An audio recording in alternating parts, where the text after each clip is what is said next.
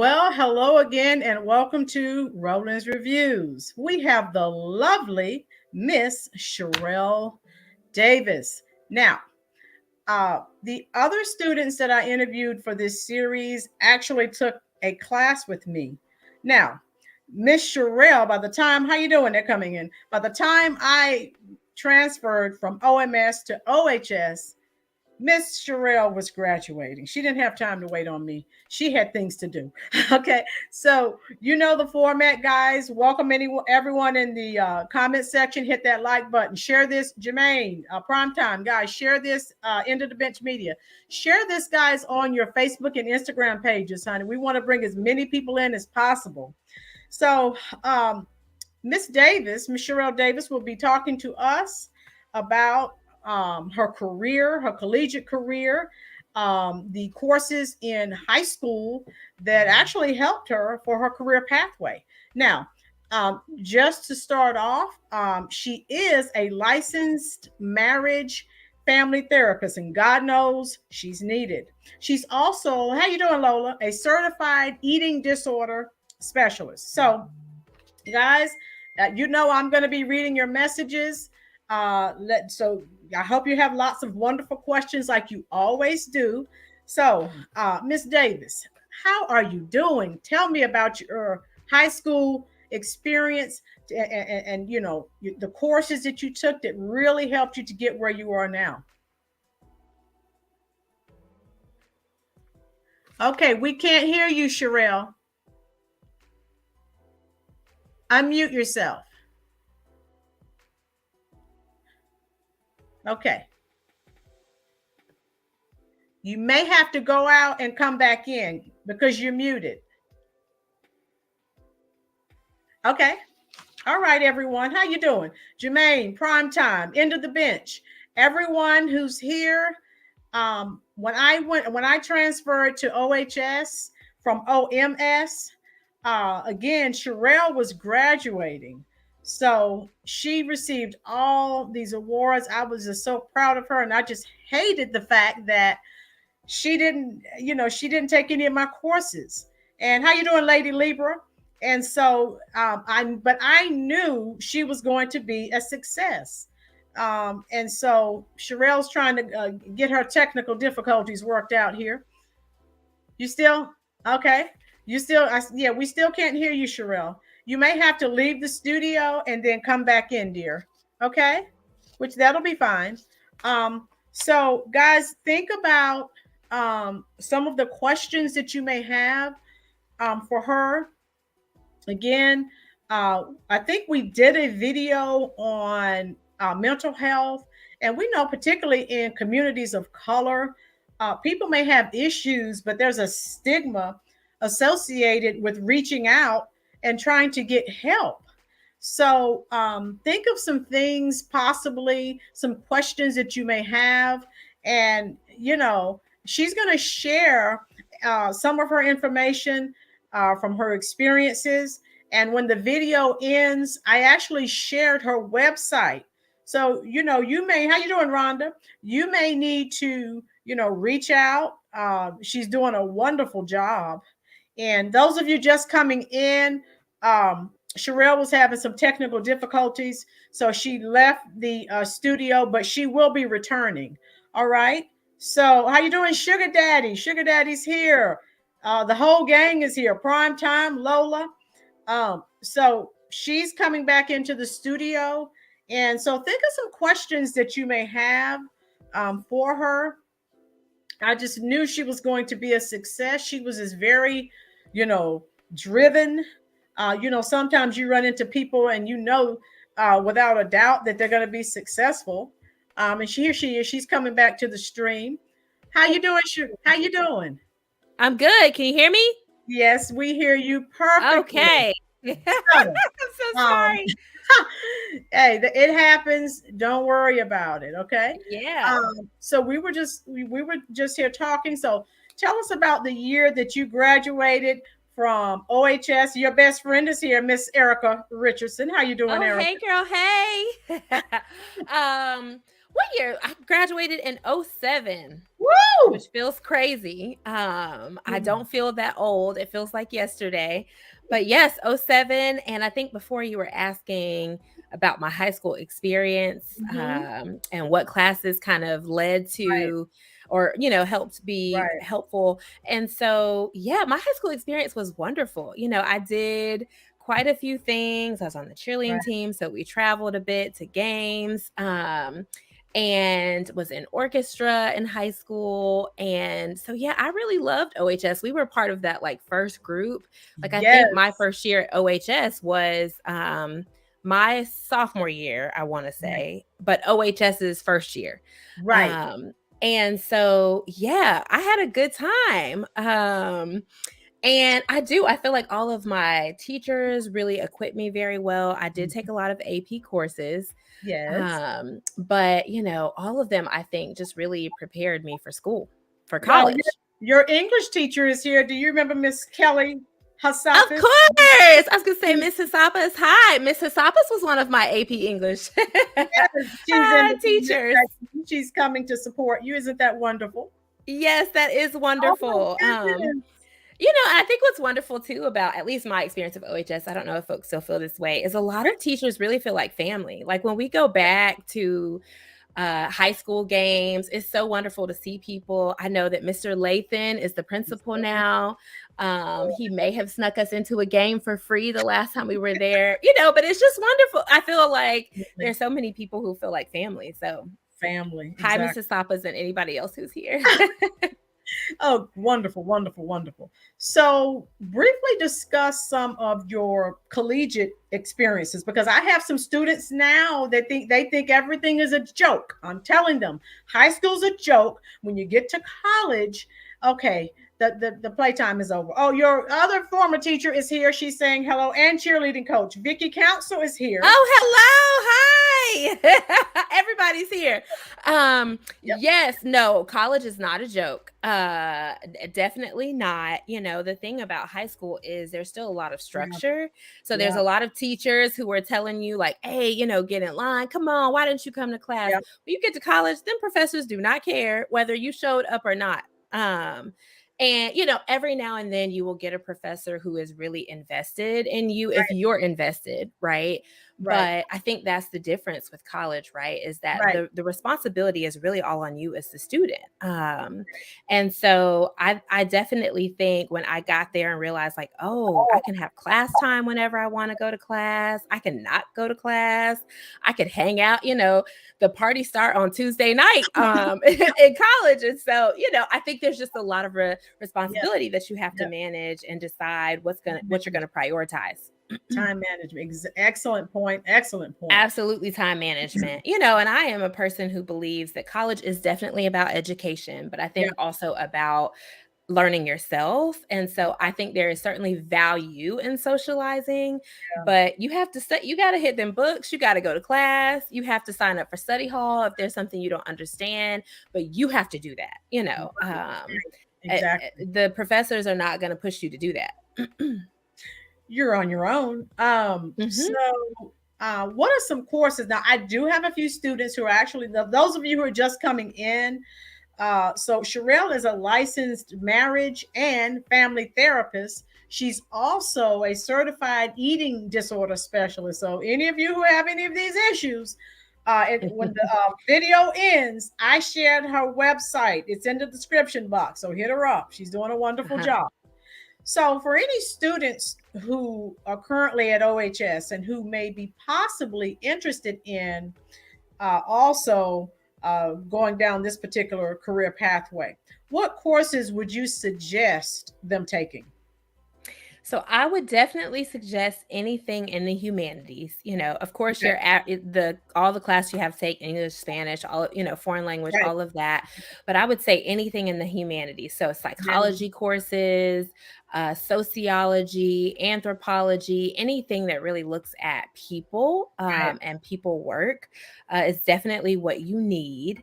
Right. And so, yeah, I think that is for undergrad to have a license to do therapy. You also have to do graduate school. And Right. so I have a master's in marriage and family therapy. So a couple more years, Okay. but with any master's program that just focuses solely on what it is you're wanting to do. Exactly. Um, Exactly. so yeah. So you have your master's degree. Uh, for future reference, are you going to go get your PhD possibly? Oh, that's a great question. So I am a therapist, obviously, but I also have a therapist.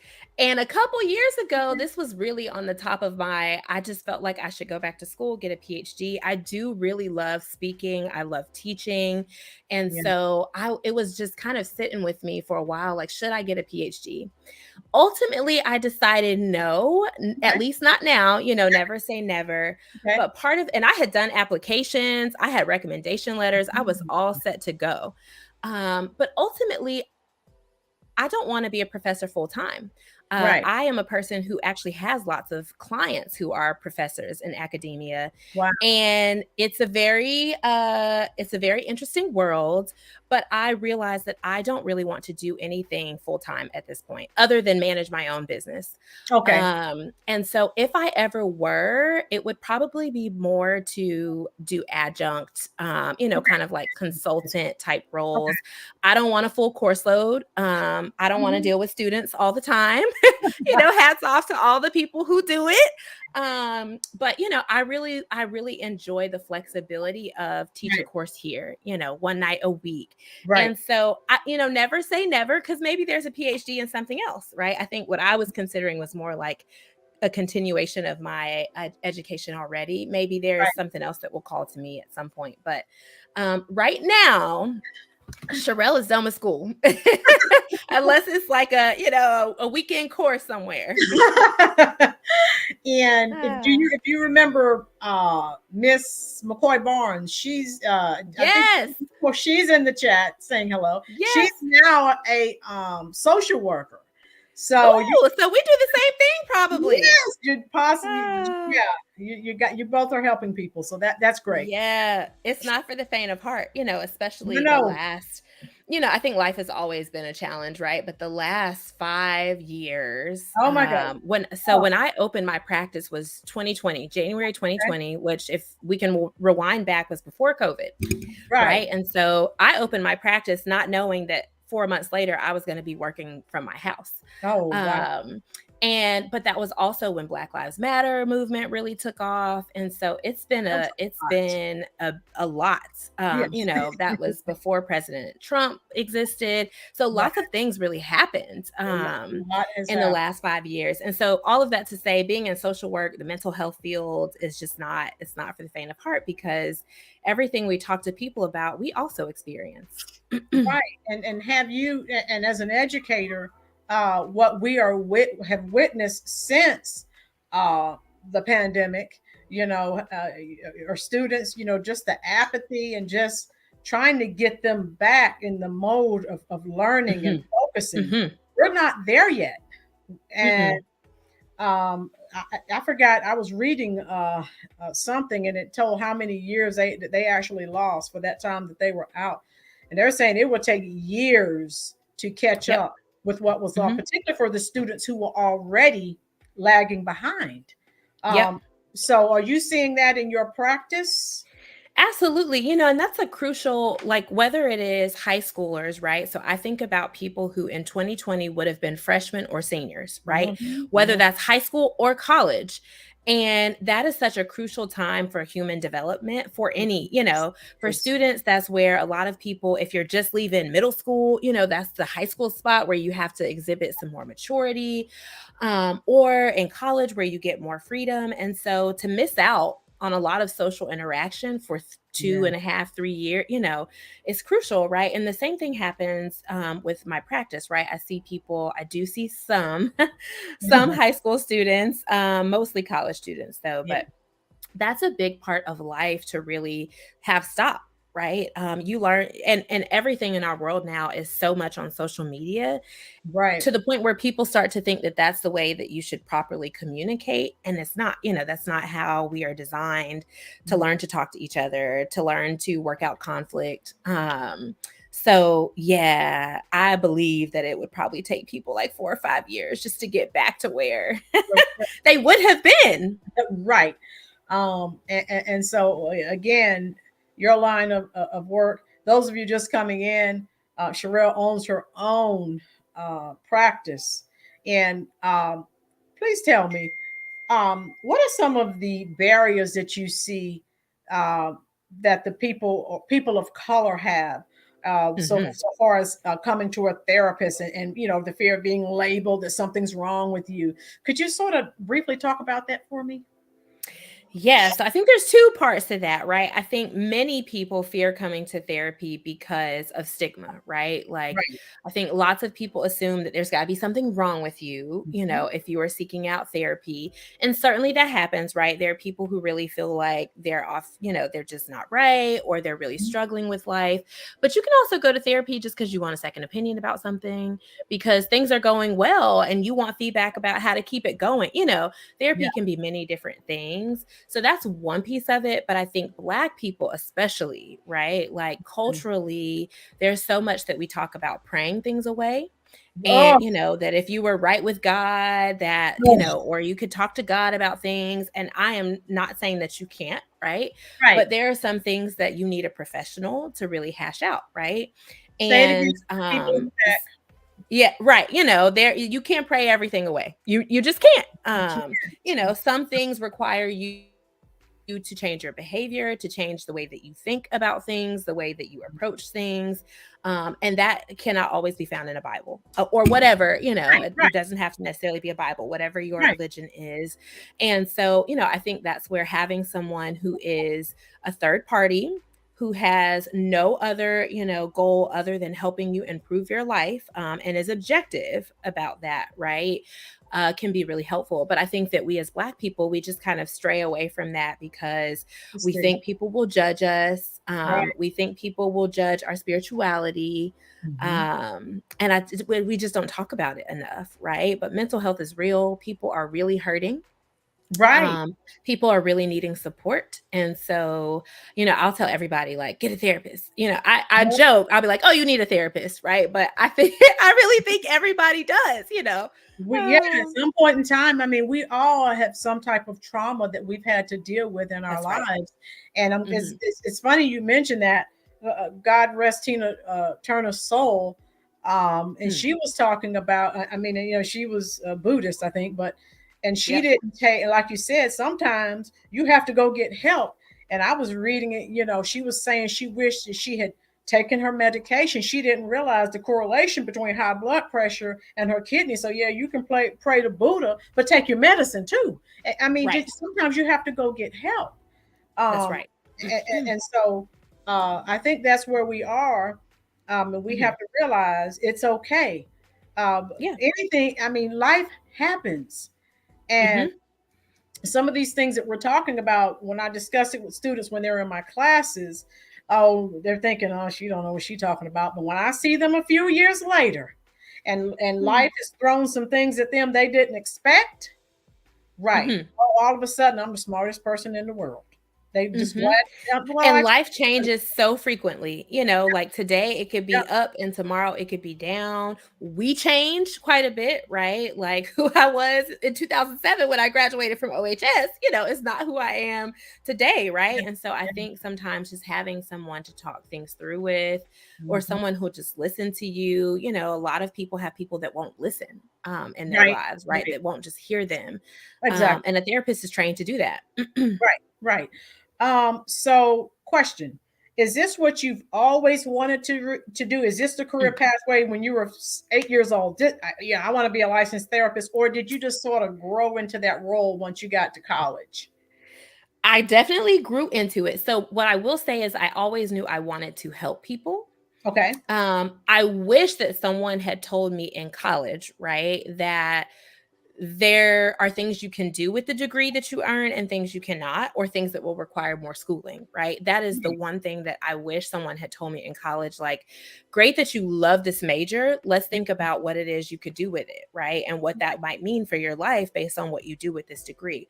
I was just like, I love people. I find them fascinating. This material is fascinating. Sign me up, and I really did. I enjoyed learning about psychology and the mind, right? But I did not know really until my senior year what was even available to me. And so I both applied to jobs and to graduate school. And I think through that process is when I figured out, like, oh, I really would like to do therapy. I think that's what I would like to do. But then I found out, that requires like 2-3 more years of school. I'm so grateful, that I did eventually get that, because I really couldn't do what I do without the master's degree. There are some things you can do without a master's, right? Being a therapist is not one of them. No. And so I really didn't know. What I knew when I was 8 was what I didn't want to do. So my mom's a teacher. Most people who know, my mom's a teacher assistant. She's still in Harnett County. And I knew I did not want to do what she did. Right. Because I knew I didn't want to deal with kids, which is so funny though, because I do think therapy is just a different way of teaching. It is. And I still see kids, just not in a classroom setting. But yeah, I don't think I really knew for sure until college that was that, I wanted to be a therapist. Okay. And if you remember Daniel McKinney, he was there when you were there. He's asking, what's your husband doing? He's good. He's downstairs watching our kids, so everybody doesn't hear them because they're quite loud. But he is well. He is doing good. Maybe he'll eventually be on one of these at some point. I'm in his office, so you might be able to see that NC State jersey back there. That is not mine. We do not root for NC State. Trash it. But he's good. This is his office, so you might see some of his anime and his stuff back there. But yes, he's good. Thanks for asking. Question. So if someone asked you who inspired you the most to become what you are today, what would be your answer? I gotta. I don't know who inspired me the most. Wow. I gotta. You did get me, because I really don't. I can't think of one. Like, there's no one that I ever looked at and was like, I want to be that therapist. I would probably say my family as a whole. Family, okay. Only because what I experienced as a child and as a person growing up, I wish that there was someone who helped that person. And so, inadvertently, I think just my family and experiences are probably what inspired me the most. But I don't know. I'm going to have to think about that one. That's okay. You're doing wonderful. Another question. What is the best career decision that you have ever made? Opening my practice. Opening your practice. Hands down. Okay. Yes. So I actually never intended to own my own practice, right? So even in graduate school, when I was becoming a therapist, towards the end, I was thinking, I don't want to do this full time, right? Like, I enjoy therapy and I enjoy talking with people and helping them with their issues. But the idea of seeing like 6, 7, the typical workday is 8 hours for most of us. Some of us 10, some of us, but the typical workday is 8 hours. And the thought of sitting down for 8 hours, 5 days a week, so that's 40 people or 40 couples, because I see couples as well, right, was just like, absolutely not. It's a lot to bear. And so I would have never even thought of opening my own practice. But I worked at a hospital for about 7 years, kind of doing therapy in a hospital setting. And that just got very busy. Hospitals are a lot, and I was working like 60 hours a week. And so that, leaving that hospital setting and joining a practice that I thought to myself, I could do this. It's really what made me start my own practice, but it was the best decision ever. And so I tell people, if you feel like something is placed on you to do, but you're afraid to do it, because, for me, I'm logical. I'm a logical person. And I was like, I'm making X amount of money every 2 weeks, whether I work those hours or not. right? Right. Am I really going to trade that for a job where some weeks I might see 20 people, some weeks I might only see 10 people? You know, my business is very much based on who shows up. That's right. But I took a leap, and I have it was the best thing I ever did. I work when I want to work now. I see the types of people I want to see. Okay. I see my kids when I want to, or I don't see my kids when I don't want to. And so, you know, I think it's just been the best thing. I think not everybody can be their own boss. You have to know yourself, right? And but yeah, that was definitely the best thing. Wow. Okay, so now what are some challenges that you face being a therapist? Because now I'm kind of sort of, even though I'm not a licensed therapist, I'm counseling and giving therapy all day long in the classroom. So I don't know about you. Sometimes at the end of the day, emotionally, I'm drained because when people come to you with their problems and dump it on you, it stays with you even when they're gone. So how do you channel that? How do you keep from becoming depressed with what their the problems other people are sharing with you? Oh, yes, you're right. You know, you are in the classroom all day long. I can, I think back just about the things I was talking about in high school with some of my teachers and just, in life. And so, it's a lot. Yeah, I think a lot of it is being able to recognize my own limits, right? So I try my best not to see more than a certain amount of clients a day. So that I have time to get myself together, think about it. It is certainly a challenge, right? Because sometimes people tell you things that make you want to cry yourself, right? And so it can be hard, or make you want to do something for them, right? And as a therapist, that's not always my role to like I have kids that I have seen that I literally would want to pick them up and hug them. Or change their parents if I could, right? And so I think just being able to really take care of myself sometimes, making sure that I'm like, all right, if I said I was done at 5 today, that's it. I'm not opening my laptop back up. I'm not, I'm going to go spend some time with people that like pour into me and make me feel good. I will take a vacation. Anyone who knows me, I'm always getting on a plane every 3 months if I can, or, going somewhere, because that's the time that really helps me to kind of like rejuvenate myself. But it's hard, it's hard to sit with people, like I said, especially when some people are going through the things you are too. Oh yeah.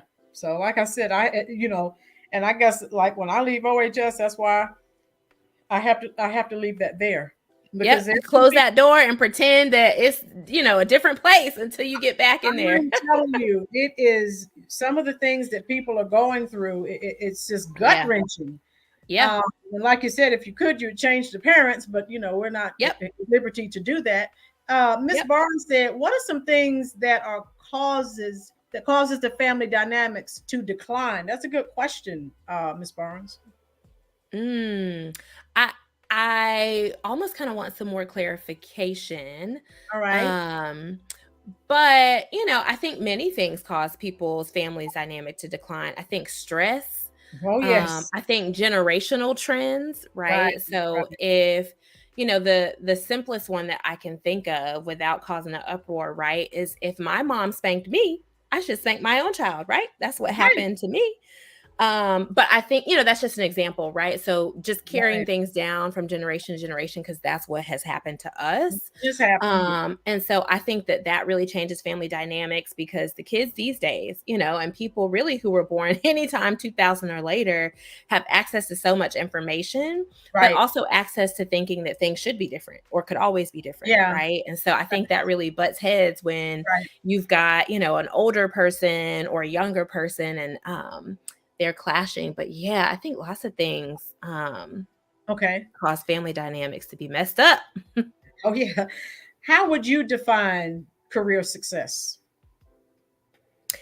Individually, I think that what is successful to me may be different than what is successful to you, right? I think that for many people to own their own practice, right, is like, that's success. I have done it. And I certainly think that. But for myself, I'm a person who's always like, how can I switch this up? what can I do differently, or 5 years from now. I'm just very much a person who there's never really a ceiling. And so, if I reach somewhere that I'm like, oh, this has been cool, this is fun, but let's give it a little a little twist. But all of that to say, right, I think success is so individual. It's what will make you feel content with life. Exactly. I think you run your own race. You cannot compare to what other people have going on. Right. And I think you really just have to sit with like, what makes me feel at peace and what makes me feel most days, not every day, but most days, like, this is pretty good. Yeah. What advice would you give to someone who's just starting out in your career pathway?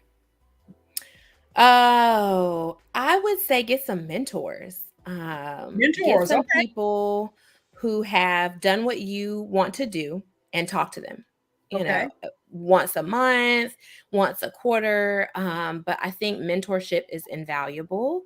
It is. And with therapy, there's so many different ways to be a therapist, right? There are literally probably like 50 different theologies about how to be a therapist, how to approach people. Right. And so, I think you could study all that in books, but nothing, you either have it when you talk to people or you don't. Right. And that's just the field of social work, psychology, mental health. You either Right. have the ability, and you're good with people or you're not. Right. But I think really just having mentors who can guide you, who can talk to you, that you feel Right. comfortable telling them about your experiences.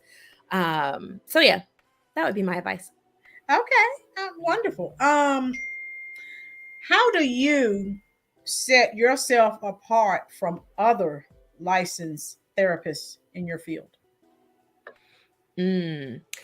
I set myself apart with my training. So in my area, and really probably in North Carolina, I am one of like 5 certified eating disorder specialists of color, Oh, right?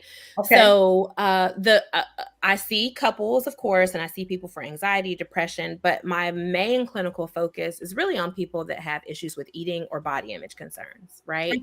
And traditionally, when we think about eating disorders or you hear about them, people think about people who are anorexic and Right. thin, and typically the image that comes to mind is a white person, right? Or Karen, a white woman to be more specific, right? Karen Carpenter is supposed. But Yeah. Right. But I'm here to tell you there are lots of Black people, lots of Hispanic people, lots of Asian people, lots of men walking Yeah. around with eating disorders. And so when I realized that people of color don't get treatment that often, or if they do, they don't get to see a therapist that looks like them, Right. it really just kind of pushed me to like, let me, get the certification. And so that sets me apart because in this area, so I'm in the Raleigh Durham area Okay. of North RTP. Carolina.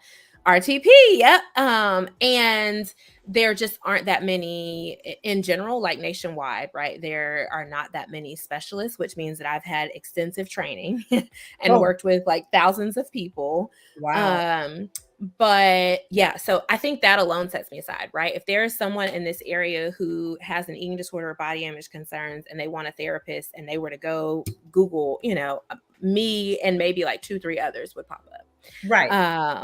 And so that alone, I think, is just a huge thing that sets me aside.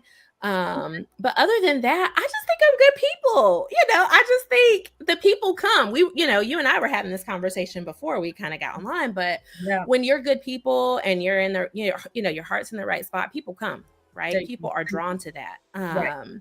And so, yeah, I think that's, Okay. that's it. Perfect. Question for you. Mhm. What is your very favorite part of your job? I get to see people transition. Okay. So, most people when they come to me there's some kind of issue, right? Like something is just really going awry and got them feeling off. And my favorite thing is seeing people get to the other side, right? And seeing people who, maybe were feeling really broken or really discouraged or really unhappy get to a spot where they're not. Um, Right. and, knowing that I get to kind of see that many people don't show everyone when they're most vulnerable, right? Or don't tell people their worst thoughts. But as a Right. therapist, I hear those, right? I hear people every day who are like, I probably shouldn't say this, but you're my therapist, so I'm going to tell you. Yeah. And there is something really beautiful about hearing people, talk about things that are hard, but also being able to see them like when they're on the other side of that, right? Like Wow. people haven't talked to their parents in years, and now they've got a beautiful relationship with a parent, right? Oh, wow. Or Yeah. people who are really struggling with motherhood, and now they're doing all right, so Right. yeah, I think that's my favorite thing. Oh, wow. Excellent answer. So, what qualities? So, of course, you've been learning about people skills. I've learned about people skills all my life. Mhm. So, what qualities do you think every licensed therapist should have in their repertoire? Mm-hmm. So I definitely think you should have competence, right? So even though I think that therapy is much more of an art, than a science, I think you Yeah. still should have like you should study, you should get those continuing education credits, you should stay up on top of what's going on and what research says, so I definitely think that. But I also think you just have to be personable, right? And you have to be able to tolerate people in pain, right? Like you have to be able to sit with people and hear awful, awful things, right? And still then have the ability to give a suggestion. Oh, wow. Because many of us hear awful things and we're like, damn, Right. Like, stop right. I don't want to hear anymore. La, la, la, la, la, so you just, you typically you have to be able to do that. And so, yeah, I think, personable, resilient. Yeah. Yeah. Oh, wow. So we talked about what you enjoy the most. Mm-hmm. What's the least favorite part of your job? The absolute least. If you didn't have to do it, you wouldn't. Oh, this is gonna be terrible. If No, there's anybody who's a therapist who's on here, they'll probably agree. My least favorite thing, well, probably two, because I am not just a therapist, but also a business owner, right? One of my least favorite things is like administrative phone call, right? Like I get phone calls. It's a blessing, right? Because people are It's a calling wanting blessing. help, but I get phone calls sometimes like 4 or 5 in a day. And I was telling you earlier that I manage everything. At this point, I still manage all the stuff. And I have 5 other therapists that work for me. Oh, And wow. so I manage the phones, right? So that's probably my least favorite thing is like following up with people's phone calls. If you're listening and you're in need of services, don't let that deter you from still calling. I will get back to you within 3 business days. But it's just, please email me instead. So I really don't like that. And I really don't like doing notes. When you're a therapist, right, you have to see people, but then after you have to summarize that in a note form, especially if you accept insurance, which I do at my practice. Oh, okay. And when I've seen 5, 6 people, I'm ready to shut it down, turn my mind off, do something else. But then it's like, I still got to type these notes up and recap, what we talked about today. And that's not fun. Oh, my goodness. Oh, this is some good information. Everyone in the chat section is just saying this is excellent information. Oh, great. I'm glad. Erica's agreeing. Yes, records are the worst. Well, yes, Erica's doing notes on her patients, her pet patients. You're like, what medicine did I suggest, and what interventions did I, say they should do? And oh my goodness. So I don't feel bad. We all hate record keeping. I've done it 25 years. I hate it as well. I despise it, but it's a necessary evil. It is, and that's why many therapists, like clinicians, don't always succeed at owning a practice themselves because there's a whole business side to it, right? Like you have to do paperwork, you have to do phone calls, you have to deal with insurance companies, and a lot of people are like, no, thanks. I just want to do therapy, Wow. Oh my goodness. So another question for you. In your practice, how are you able to break barriers when you are, counseling someone of a different race? That's good. I was having this so one of the other things I do is I supervise other therapists. And I was having this conversation with a Black male therapist the other day because he's a Black male therapist, but he's also in the eating disorder field, which again, primarily the folks who come in are typically not Black. Right. And so the challenge often for him is I don't look like them, and they're questioning whether I am competent, Yeah. and whether I'm able to help Right. them. And so, the thing that I lean on most is, if you know something, you know it, right? Like, Right. Yeah, it's no like if you give a talk on, I don't know, the sky, right? But you've seen the sky every day of your life. problem. You know what color it is. If it changes color, it probably means the weather's changing.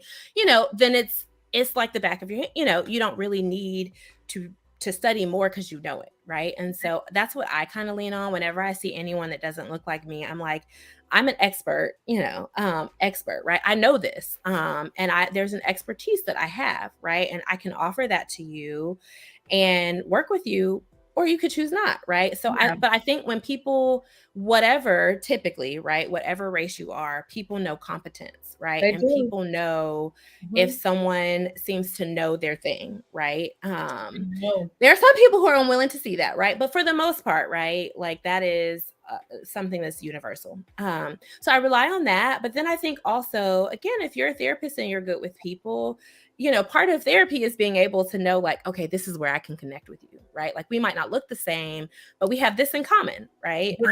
We both have a desire for you to be rid of this illness, right? Or for you to be rid of whatever, and joining, with people on what you have that's in common. And so, and I'm very much at this point, and it's going to sound, but at this point in my career, I'm like, you want to work with me or you don't, Right. and I do believe that therapy is a thing that works best if you have a good relationship with your therapist. And so, Right. we can or we can't. It's all about building that rapport. And like you said, Mhm. you're willing, and if they're willing to open up, sometimes, Yep.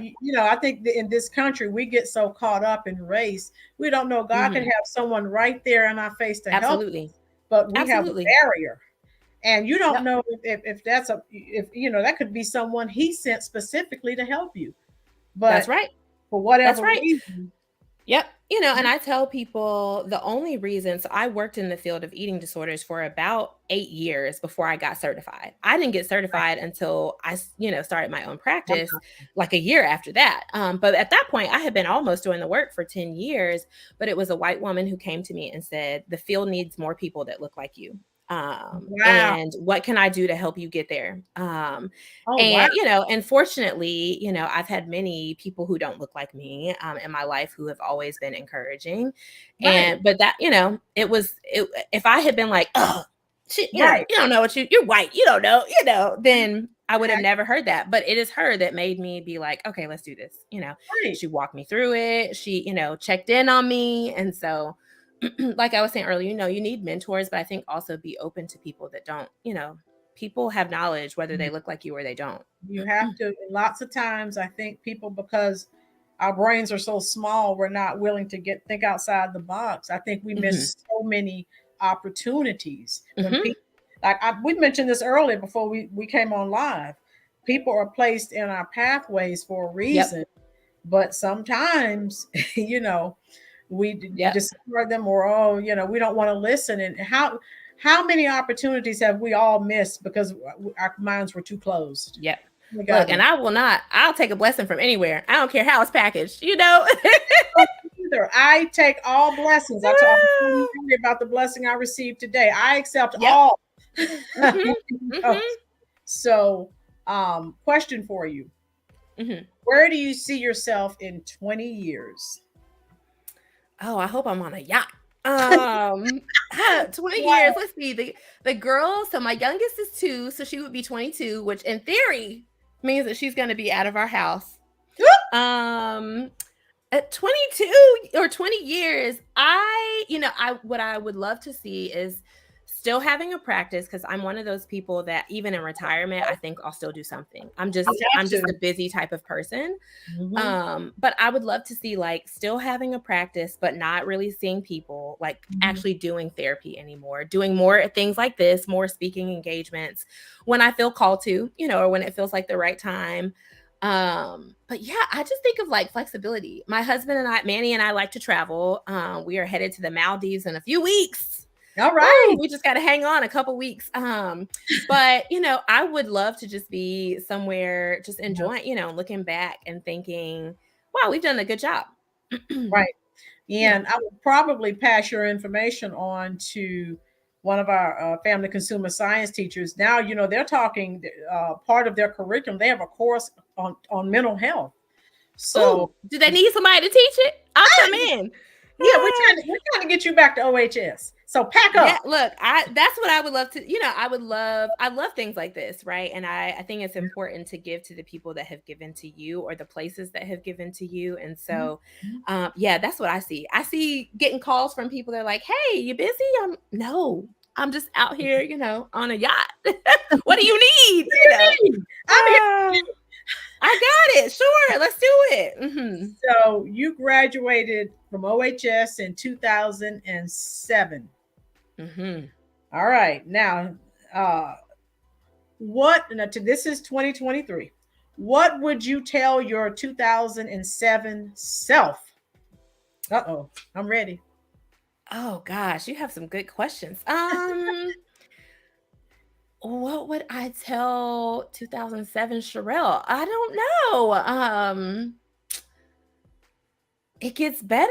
I don't know. Like, keep going. Because I enjoyed high school, but I have had the experience, and I'm grateful that like almost every year has always been better of my life. And so I don't know. Just okay. Yeah, keep on the journey. I don't know. It's a good question. And the reason I always ask that question, I told you every day just about. I have students and they come in. I mean, I have some girls, they're crying and the world is ending. And I'm like, you're too young to have all these problems. Live a few more years, life will catch up with you. And I try to talk to them, and I mean, it's just like the end of the world is coming. Yeah. And, so that does make me think of a good, which is like play the long game, right? Like see beyond just this moment, right? Or see yourself and what you want to be doing, right? And keep doing that, But you're right. I think back sometimes, like in high school, Erica and my other friend Robin. I don't know if she's on, but like we're still very, very good best friends. And we think back and we're like, we were so dramatic in high school. Our little problems that we had going on. Now you're like, okay, I got real problems, and real bills. But not to say that, because some high schools really do have real issues. But yeah, just to just play the long game, see beyond what's happening right now. I'm glad you brought that up, because like I said, as I talk to my students on a daily basis, they don't want to hear what I have. It's just drama. I'm like, oh, girl. But in high school, you think everything revolves around, like your world is the world, right? And not like there's so much more. So how would you describe your current career as a licensed therapist? Do you see that growing? Are there more minorities starting to enter the field? What are your thoughts on that? Yeah, it's definitely growing, right? Like this area alone, I feel like there are probably like 50 newly licensed clinicians every day.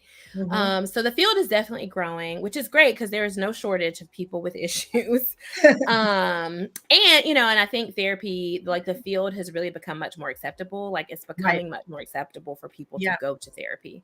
And so, I think it's growing. I think that there are more people of color who are entering the field and who are helping people. So I really see I think it's just going to get bigger and bigger. For a while, especially during COVID, we had a shortage, right? There was not enough therapists to see the amount of people wanting help. And so to think about though, from 2020 to now is enough time for a whole nother person to go through school, to go through a master's program. And so, I think it's going to just keep expanding, which I hope translate to like us all being better people and being more well. So what are some things or measures that we can put in place to make, say, becoming licensed therapists more appealing or attractive to people of color? That mental health course that you were saying that, they might be teaching, I think definitely there's so many things in high school, which I'm sure you know that we don't teach, right? Like that people really do need. Like we need to be teaching people skills and conflict resolution We do. and Yes. emotional expression and like what to do if you're upset. But so I really do think like a course like that, mental health course, stuff like that. But then I think also just like trying to learn more about other people, what's going on with sociology, psychology type classes. But yeah, we have to educate people on what's going on, what's Yeah. going on. So, what are your thoughts? I'm trying to think. When you graduated from high school in 2007, I think we just had Facebook. We we had Snapchat, right? 2000. No, there was no Snapchat. I don't think. Correct me if I'm wrong in the chat. My, If any, MySpace I think and Manny might be Facebook, right? MySpace for sure. We definitely had MySpace, and And you could put Facebook. music to your page. And I think Facebook. I can't remember if Facebook came around like college or if it was actually out when I was in high I'm school. trying to remember. But I do remember when Facebook first came out, it was not for everybody. Facebook Erica was said originally nope. just for college. Nope. Yeah, I don't think so. I think Facebook came around like our sophomore year of college, maybe. Okay. Someone look that up. And it was just college students. Now anybody can have a Facebook. Everybody. And now Manny has sisters who are younger, like high school and early in college, and they're like, nobody has a Facebook anymore. Erica said only old people have. Erica said you did have Facebook in high school. Did I? Okay. Yeah, she said she's up on it. You and I have both forgotten. So let me tell you what I've noticed, and then I want your personal opinion. With the advent of social media, right? Mm-hmm. Mm-hmm. So anytime there's altercations, disagreements, as you say, conflict resolution or lack thereof, 99% of the times, if you go back to the causal agent, it's social media. It starts away from school. When the students come to school, that's where it plays out. Pow, pow, pow. So what is your opinion on social media and its negative effects on teenagers? I think you're absolutely right. Social media has made it so that like our perception of the world is not reality, right? We lose social skills, we lose social like kindness, and I think it just makes people honestly much bolder than they would really be in real life. Right. But then almost gives people confidence, right? Like especially if you're getting likes and you're getting, all this attention on the stuff that you post, people, that typically would not be so bold are. Keyboard soldiers is what they call them.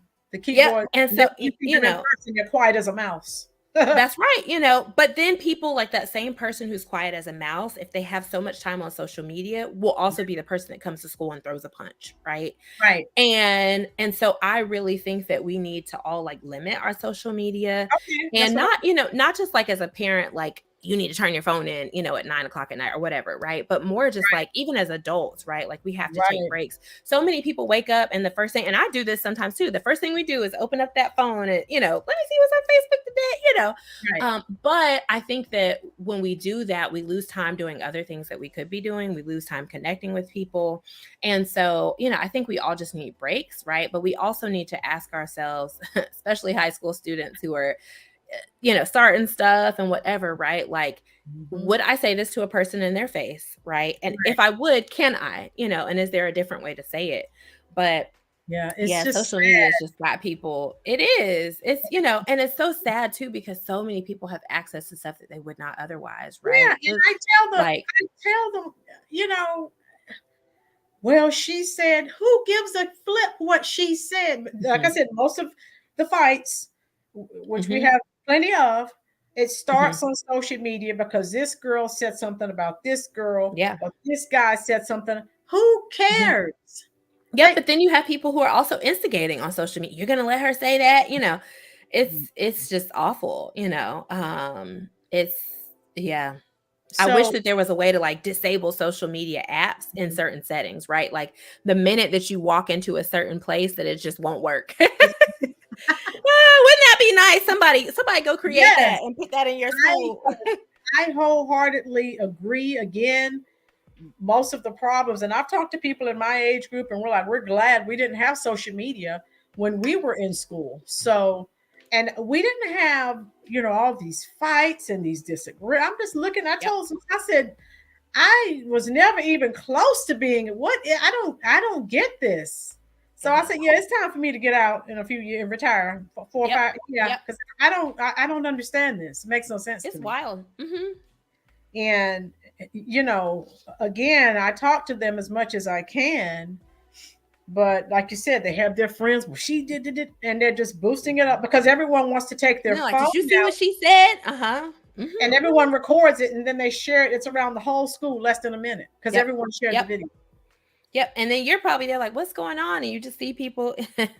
It's wild. It used to be that you could only really get news at certain times of the day on, or in a newspaper. And now it's all the time. Every day. And so, that's why I wanted to talk to you. And like I said, I will talk to the teacher that teaches the it's mental and emotional health, some class to help them with depression, anxiety.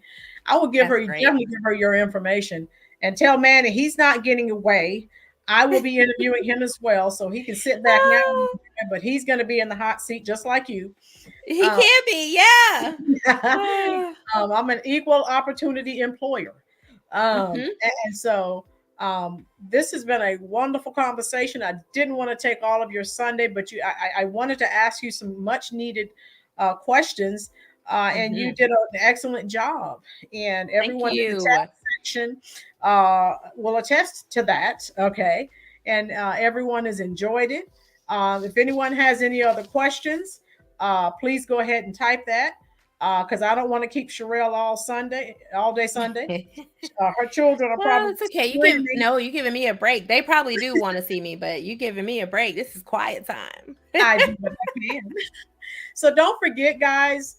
Once I end the live video, I shared Cherrelle's website link. If you're someone who may need some type of therapy or counseling or whatever the case may be, click on that link. It's in the description box and sign up. You never know. She's doing an excellent job.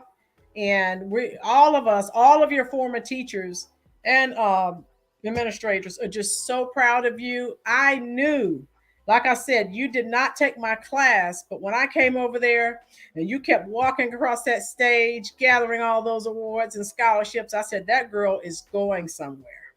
Weren't you salutatorian as well? I was, I think. I think I was. I think that's right. Because I remember the valedictorian and being like, oh man, but yes. You're on the cusp and look at where you are now. So hard work, determination, right? No one gave you anything. You just got out there and you were always a go-getter. Because I remember you, like I said, you didn't take my classes, but I remember you on the cheerleading team, and you were always, grab the bull by the horns. That was you. And look at where you are today, making no excuses, asked no one for anything, just worked hard. See what hard work can get you. It's magical, So I thank you so much, and I hope this isn't the first and last time that you're coming to the Rolynn's Reviews YouTube channel. Come back again in the future. Like I said, we're gonna have to do one after I buy that investment property in a couple years. yes. And I actually have done. You might want to check out. I did a video on real estate and investing, and then you need to check out the one I did with Rhonda Morrison. She's a real estate. No, I did not know that. I did a video. Matter of fact, I'll share it with you so you can check it out. Okay. She's been in real estate for 20 plus years as well. So, see, you didn't know your teachers could do all this stuff. I didn't. Y'all doing everything. As they used to say, we're doing the doggone thing. Yeah. So thank you again, everyone, for spending your valuable time with the Rolynn's Reviews YouTube channel. They've all enjoyed it. And so I'm going to get off. I'm going to share that video with you and tell Manny I'm waiting for his date. I have my calendar right here. I'll tell him. I know he's somewhere hiding, but tell him I'm ready. I'm ready for the date. Okay. So I hope to see all of you again here next Sunday, 4 o'clock p.m. Here at the Rollins Reviews YouTube channel. Have a good week and be safe, everyone. And I'll see you next Sunday. All right.